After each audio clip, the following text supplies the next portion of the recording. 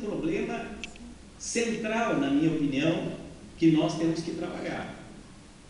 O que acontece que os nossos jovens não querem permanecer estudando?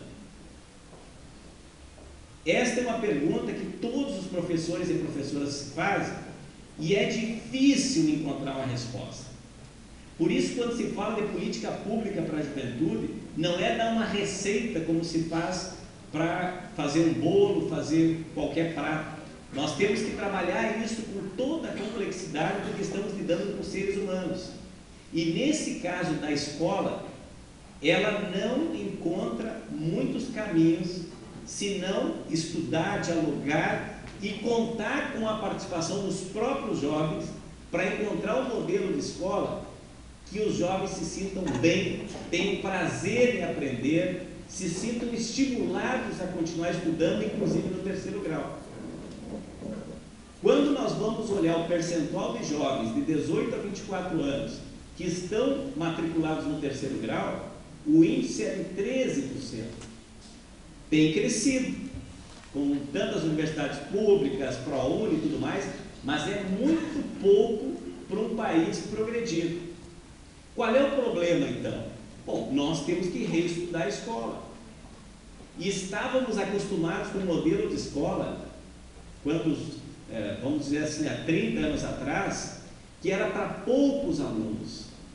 E por isso as pessoas que estudaram nesse período dizem, meu Deus, o quanto nós aprendíamos, e agora parece que essas gerações novas não aprendem. Então, os próprios professores da época lidavam, né, em condições também muitas vezes adversas, mas as pessoas iam para a escola condicionadas, inclusive, com a perspectiva futura, porque algumas famílias, quando estimulavam para o estudo, era porque elas acreditavam no progresso a partir da educação. Hoje nós não temos ainda a capacidade de convencer os nossos jovens que estudar vale a pena. E não adianta discurso, não adianta mostrar exemplos, não se convence. E eu sou daqueles que defendo, e até por isso eu convidei a Mana e o Marcelo para fazer uma musiquinha inicial aqui, que quando se trata do tema jovens, se nós não colocamos um pouco de música, dança, teatro, criatividade a todo vapor, nós não ganhamos essa geração. Não ganhamos. O esporte tem que estar junto. Eu vejo exemplos, eu visitei há poucos dias um projeto funcionando numa grande favela em Novo Hamburgo, e eles lidam com 400 jovens que estavam envolvidos no crack, que estavam envolvidos não só consumindo droga, mas também traficando, e a condição para fazer parte da escolinha lá de futebol é apresentar o rendimento escolar e não mais envolvimento com a drogadição. Todos os 400 melhoraram a nota e deixaram, claro, alguns ainda continuam, de certa forma, enrolados com o tráfico, mas diminuiu de uma forma significativa a tal ponto que aquela experiência que começou com pessoas voluntárias está agora recebendo aporte financeiro público para que funcione como uma política pública. Qual é o segredo? As crianças chegam da aula, almoçam, vão para o campo de futebol, só saem de lá às 18 horas, com um lanche feito, tomam um banho, com as regras estabelecidas. Até alguns pais me disseram, chegam tão cansados em casa que nem incomodam mais. O que é isso? É ocupar essas crianças, esses jovens, com coisas que eles gostam, que eles sentem prazer. Porque é muito fácil eu dizer para minha filha, para o meu filho, estuda, porque isso é bom, porque tu vai ver o quanto tu vai ganhar com isso, sem eu lembrar que quando eu estava na idade dele, eu também não era assim um exemplo de aluno que me estimulava no dia a dia para estudar. Então nós também temos que lembrar que passamos por essa fase. E já não era fácil, pior ainda, com os valores cruzados que eles recebem agora de diferentes fontes, que não aquela que é do pai, da mãe e do professor, do padre e do pastor, como era antes. Nós temos tão pouca influência sobre a educação dos nossos filhos que, se fosse colocar em percentuais, não chega a 30% na maioria das famílias as informações que chegam pela internet, pela TV, pelos amigos, do que aquelas emanadas, traduzidas pelos próprios pais ou pelos educadores. Eu quero ir para o final da minha fala, dizendo que tem ainda dois problemas assim que eu considero gritantes dentre os jovens, os adolescentes do atual momento histórico do Brasil, que nós temos que considerar. O mais grave problema, na minha opinião, posso estar equivocado, mas os números me ajudam a ser convincentes nesse sentido, o mais grave problema da juventude brasileira hoje é o tema da violência, que está ligado ao tema do narcotráfico e da drogadição. Isto, para nós que somos de municípios menores, já se começa a aparecer como um problema significativo. Eu nunca tinha morado fora da nossa região aqui, agora eu peguei terças, quartas e quintas, por ser deputado, eu fico em Porto Alegre. Eu me assustei quando comecei a conviver com as experiências lá de favelas, de grandes conglomerados, de vilas, e eu estou tratando esse tema de direitos humanos, então lido direto com os grupos em situação de risco. Pessoal, com todo respeito aos incômodos que vocês no dia a dia têm, mas na minha opinião, nós ainda estamos num paraíso.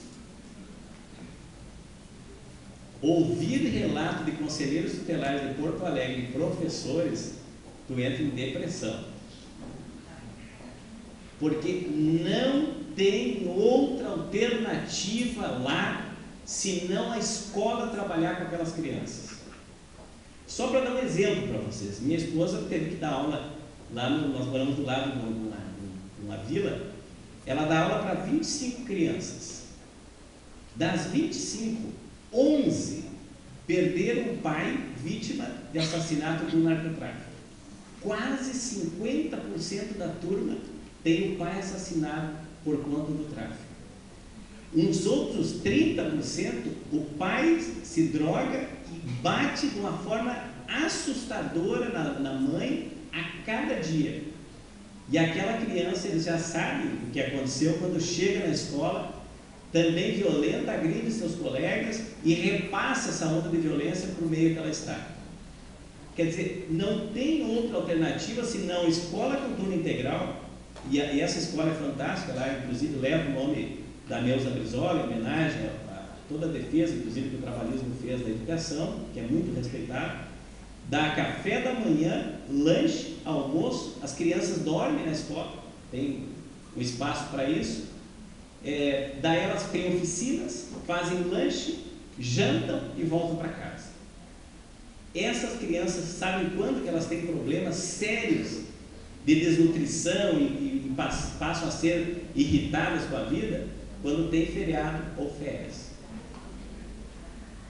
Então a escola nos grandes conglomerados urbanos é a única alternativa que tem para essa geração que se encontra perdida por conta não da sua opinião e definição, mas gerações passadas que já vêm traficando e se envolvendo nesse mundo cruel que é da drogadição. Então esse tema nós temos que trabalhar, e quanto maior o centro urbano, mais complexo é. Então eu acredito que o problema, por exemplo, de Catuípe é menor do que o problema de Ijuí. O problema de Santa Rosa certamente é maior do que o de Santo Cristo, certo? Então, por quê? Porque quanto maior esse conglomerado urbano, e eu falei antes, quando eu comecei aqui a reflexão, nós mudamos isso radicalmente na história do Brasil, e por isso tanta violência, tanto descontrole cultural, inclusive de valores das pessoas. Outro tema que eu penso que é de suma importância nós trabalharmos, eu acabei mencionando no meio dele, que é uma discriminação muito acentuada que há ainda entre os jovens dos homens em relação às mulheres. Muito acentuada.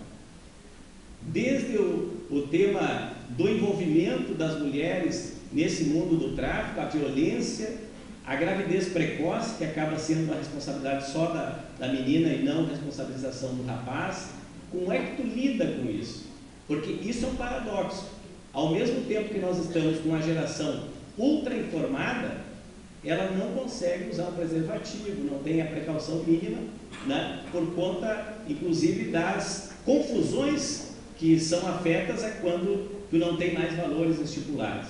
Então, esses temas, eu poderia discorrer sobre outros, mas eu quero ir chegando para o final aqui da reflexão, nos exige, em primeiro lugar, como eu disse, uma reflexão permanente sobre esse tema. E aí que bom que eu estou vendo aqui a gente da nossa querida Brigada Militar, mas nós não podemos entender a tarefa de resolver o problema que muitas vezes é de segurança pública só com as forças policiais, ou só para o Conselho Tutelar.